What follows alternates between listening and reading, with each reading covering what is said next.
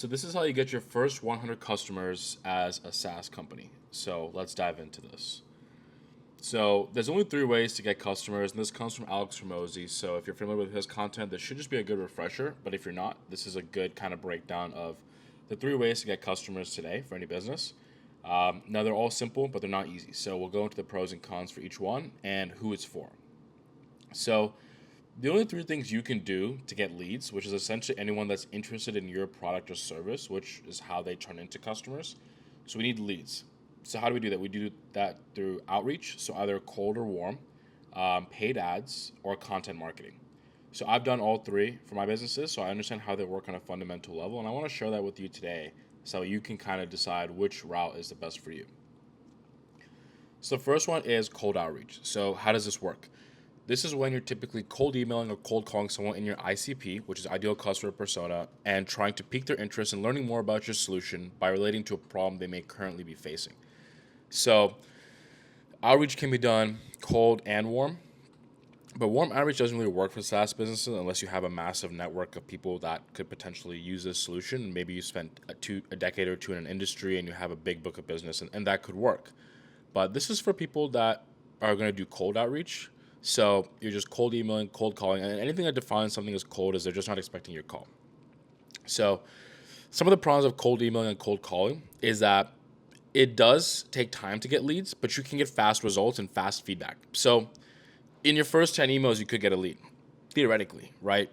Are you likely to? Probably not, because you have to do a lot of iteration and tweaking of your message and offer, but you theoretically could. Because every single person you're reaching out to is a lead, but what you really want to get are engaged leads. So a lead is anyone you can contact, but an engaged lead is somebody that's interested in your business specifically for any reason, and they are now engaged in a conversation with you, or they have reached out to you first.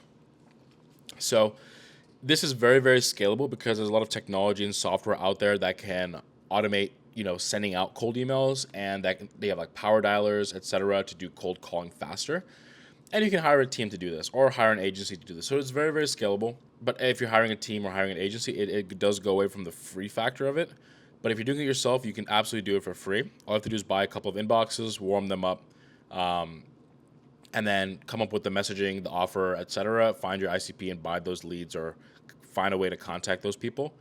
You can use data vendors like ListKit, Apollo, Lucia. These are the ones that I've used. And once you get those leads, you can actually just email them. So those are the pros. The cons are it's very, very hard to do. It's soul crushing work because of the number of rejections. And of course, like if you're super hard and you want to do it anyway, like this might be a good benefit for you because it will develop thick skin, it will develop patience. But the majority of people find this very, very difficult to do. It is very soul crushing work because you're facing a very, very high number of rejections and you may not see results for days or weeks or months on end. So some investment is required of you. So nothing's ever truly free, but because you have to buy the leads, you set up the tech stacks, you're paying for the inboxes, paying for the actual leads that you can contact, etc. So there is a little bit of investment required, and there's a lot of sub skills that you have to master. So you have to do copywriting, you have to learn how to write hooks, you have to learn how to respond to people professionally, you have to learn the tech setup of how do you warm up the emails, how do you know when leads are good, how do you verify the emails, etc. But of course, with anything over time, as you learn these sub skills, you'll get better at the main skill, and eventually it'll be like clockwork. Now, another big con is that once you stop doing this, the lead generation stops because you're trying to reach people manually, or at least even like a one-to-many with automations. But once you stop doing that, no one knows about you. The lead generation stops entirely. So this is also interruption marketing, which is why you see very low conversion rates as a result. You typically see around 2 to 5% conversion rates for cold email, as in people that turn into meetings, because it's interrupting people during the day. They're not expecting your call or not expecting your email, and they don't know about you. They may not have the problem at that specific time. So timing is very, very important when it comes to cold outreach. So let's go on to the next slide. So who should use this? This is great for SaaS companies that are starting out, but this can really be added at any revenue level but it's great when you're just starting out because founders typically have more time than money on their hands at this point, and this is a scalable way to grow the business predictably. So really you eat what you kill, right? Typical sales rep, hunter sales rep, you have to go out there, find prospects yourself, outbound to them, bring them in, and, make them a part of your business and your book of business, and you eat what you kill. So it's great when you have more time than money. Let's talk about paid ads, which is the second way of lead acquisition and client acquisition. So how does this work? You pick a platform, Facebook, TikTok, Google, etc., and you connect these ads from this platform to a landing page. And essentially you convert people who have very high search intent, like Google Ads, or you try to interrupt them on the social media feeds, so like TikTok, Instagram, Facebook, and you just want to get them to your landing page. You want to use the ad to pique their interest, get them to a landing page, and then on the landing page is where you will convert them into a lead, an engaged lead, where then you can reach out to them. The pros are you get very, very fast results. Like you'll start getting data within hours, right? You can get very fast feedback, so you can actually iterate on your copy and your creatives pretty quickly. So if you're looking for speed and looking for results quickly, and you have time and effort that you can dedicate to this, paid ads is basically a no-brainer. But the cons are it requires a decently large budget in order to see results. And this is because you have to spend money upfront to see what works, aka you have to buy data in order to understand the correct ICP, the correct targeting, all of that. Then this can actually turn into a real money burner if you aren't actively testing new creatives and new copy, new headlines, new targeting, etc. Because if you're running the same offer, it gets pretty stale, right? So you need to test what actually works. And it's going to take you a couple like 100 iterations really to like get to the point where you start to see ads work, and it takes hours and hours of effort. But once you do, like, it's a cheat code, because Google Ads, like, it's a pretty famous quote, but like you get $2 for every dollar you spend in Google Ads. But of course, that takes a lot of time and effort to get there. So another con for this is once you turn the ads off, the leads stop coming in, because this lead generation tactic is reliant on that tap being on, just like cold email. So you can do this yourself. You don't have to outsource this, but if you don't have the time to maintain the creative and, churning out that sort of like creative ad copy, etc., and monitoring the ads, probably best to just outsource this. And the reason I don't really like this or recommend this is because leads and clicks only get more expensive over time. Because as more and more people learn about Google Ads, they jump onto the platform. And how these ad platforms work is they're auctions, right? So you're competing against another vendor who's doing the exact same thing as you, and you're both paying for the same eyeballs.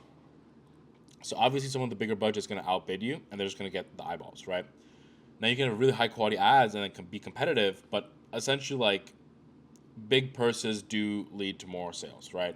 And as more and more people throw more money in and stuff, like these cost per clicks get higher and higher, and they've been getting higher and higher year over year, and you'll see that.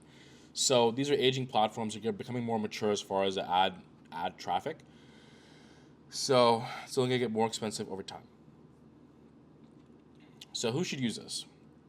This is great for SaaS companies that are already profitable and have another lead acquisition channel set up, because this is how you pour gasoline on the fire and how you scale rapidly.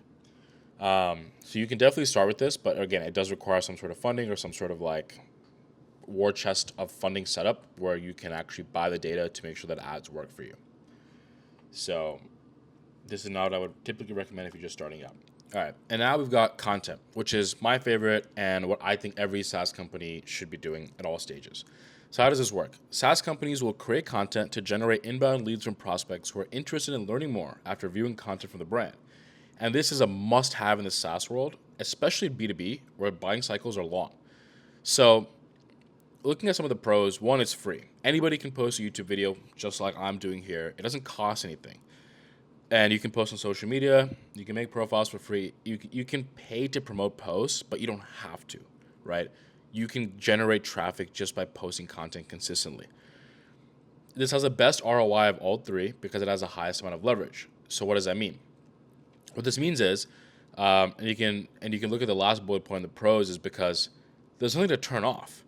The way that content works is like a mini salesperson that never goes offline. So when I make this piece of content, just like what I'm doing now, you might see this 24 hours after I post it, right? And then somebody might see it 2 years after I post it. But I'm now putting in effort one time to make this video, and then you watching it tomorrow or you watching it 2 years from now, it has the same effect. I'm answering your question of how to get leads and how to get your first 100 customers. And that's a topic that a lot of people will have. That's a topic a lot of people will search for. They have questions about how do I get leads? How do I get customers? And I'm trying to answer that in a way that will be timeless. So this video will act as a mini salesperson where people, oh, how do I get leads? I can go work with Jay, right? Because he has his video content agency and whatever. And it's a mini salesperson that will constantly nurture leads and answer questions and build my brand when I don't have to be there. And that's very high leverage because like ads, you have to maintain the ads, right? And when you turn the ads off or you stop working on the ads, the quality goes down. Cold email, cold outreach. If you stop sending the emails, you can't get leads anymore. But I make this video one time, I never look at it again, it can potentially generate me leads for years to come. So that's why it's the best ROI, because it's the highest leverage. So it builds trust, it builds brand awareness, and it generates warm leads instead of cold leads. So you may not know this, but SaaS leads actually convert at a 12-to-1 rate for inbound leads versus outbound leads. So inbound leads is anybody that comes to your business first, and they're requesting information or a demo or a sales call, whatever. And outbound lead is you're going out and pitching your service and seeing if that's something relevant to them at that time. So content is the only one that generates warm leads. So, but the cons are it does take time to see results. It could take about 6 to 12 months, and that's why it makes it tough to iterate quickly. So you have to have a focused strategy. You have to know exactly what you're doing, or you're just kind of going to waste your time, right? So if you're not doing YouTube SEO, you're not posting consistently, you don't have themes and pillars, or you're not targeting specific personas, or if you're not targeting people at the stage of the funnel that they're at, you're just wasting your time. Like, you're just making videos for fun, and nobody makes videos for fun, right? Even entertainers and streamers make content to entertain because they get paid to do so. So entertainment and education are the reasons to make content, and there has to be an end result for that. So you have to know exactly what your objectives are. You have to know how to tailor the content to achieve those objectives and how to target people that will buy from you. So with content, who should use this? This is great for SaaS companies starting out just because it's free. And again, you have typically more time than money in your hands. But this can be added at any revenue level. And this is also a way of pouring gasoline on the fire, because once you have a proven offer, proven messaging, etc., you can make content around that. You can make content around testimonials, case studies, etc., and your content will sell for you even when you're not there, which gives you very high leverage. So let's imagine a scenario here. Let's put these methods to the test in a hypothetical scenario and see how they shake out in the real world. So one, cold outreach. Let's say your ICP is a VP of sales, right? You cold email a VP of sales to tell them about your sales analytics tool. So best case, he agrees to the meeting off the first email, which is fantastic. So that's one touch point, and he goes to a customer call. Worst case, he goes through your whole email sequence. You probably have like 5 to 7 emails, and he converts at the very end. So at this point, you have about 5 to 7 touch points. And these are just like follow-ups, like, hey, bumping this to the top of your inbox, hey, just sending you this case, like whatever, right? But he joins your sales call, and now you have to qualify him yourself and conduct more meetings so you can demo your product and do the whole dance of competitor comparison, etc. So sales process, typically the first meeting is more qualification, understanding who they are, what the problem is, why they believe your solution can help, and if your solution can actually help. Did you figure out, are they a decision maker? Do they have authority? Do they have the budget, etc.?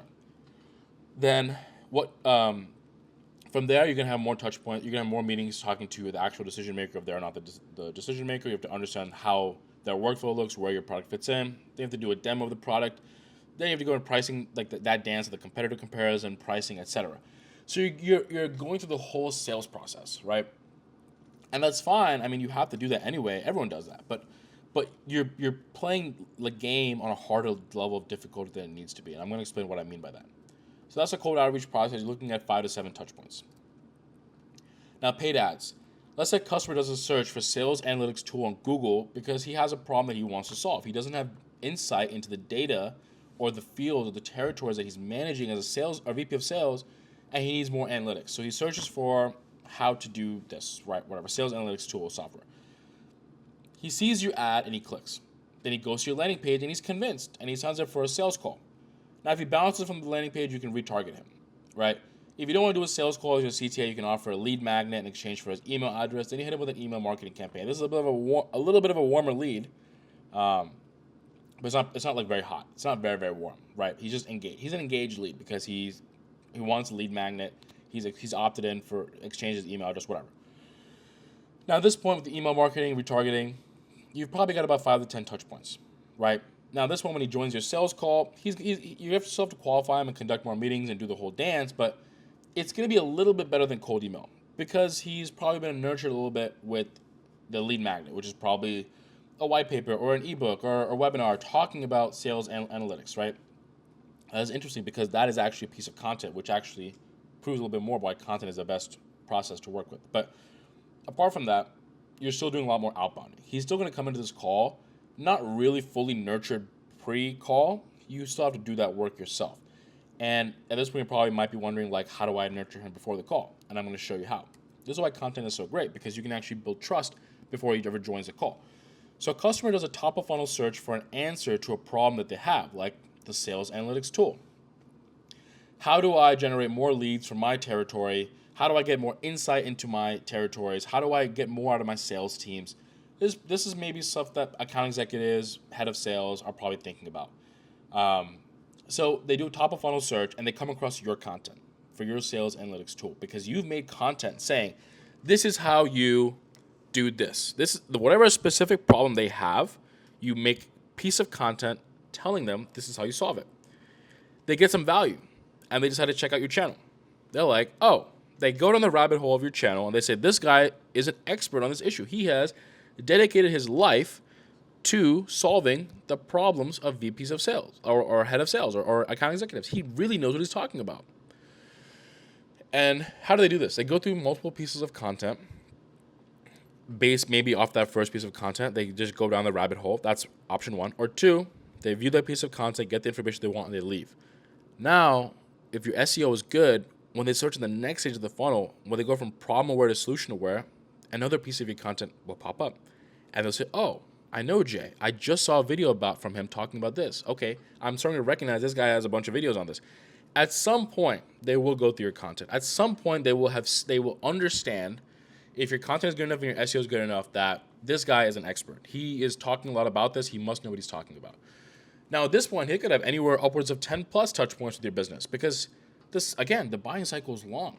These people are not buying B2B SaaS software or even B2C SaaS software on a whim, right? It's not like you're buying a pair of shoes or a hat. So they will peruse your content and they will deem you an expert. And this is the only way that you can showcase your expertise for free with their consent right before the sales call. Because this is the most non-invasive way to show that you are an expert. Because on a cold demo, you have to ask permission. Hey, can I send you this case study? Can I send you a video telling you how I can help your business? Whatever. Paid ads. If you look at paid ads, the landing page is not meant to educate. It's not meant to answer questions. It's meant to convert. So you're targeting people that are very bottom of funnel, and that's fine. You can do that. That absolutely works.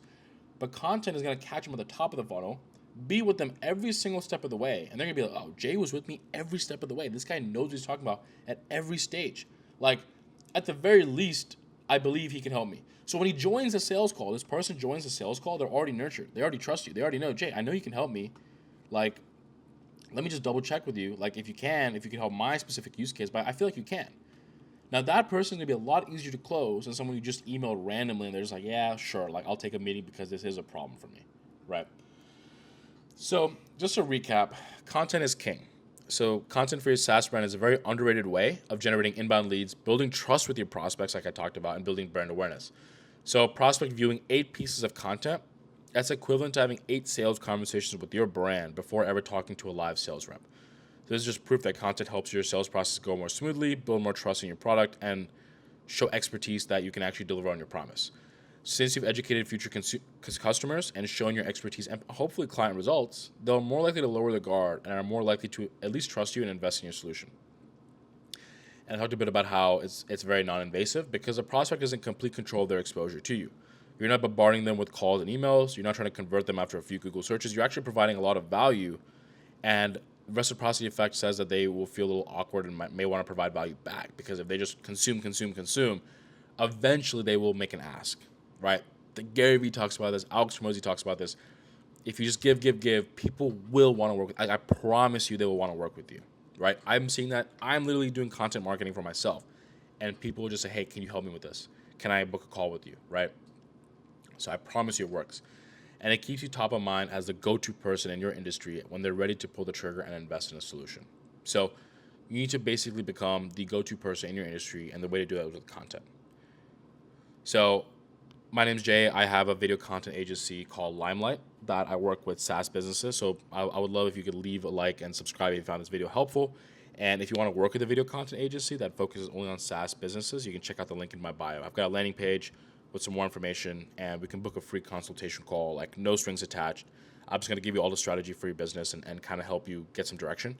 So happy to just provide value. And yeah, if that's something you're interested in learning more about, and want some personalized content strategy tailored for you, book a call.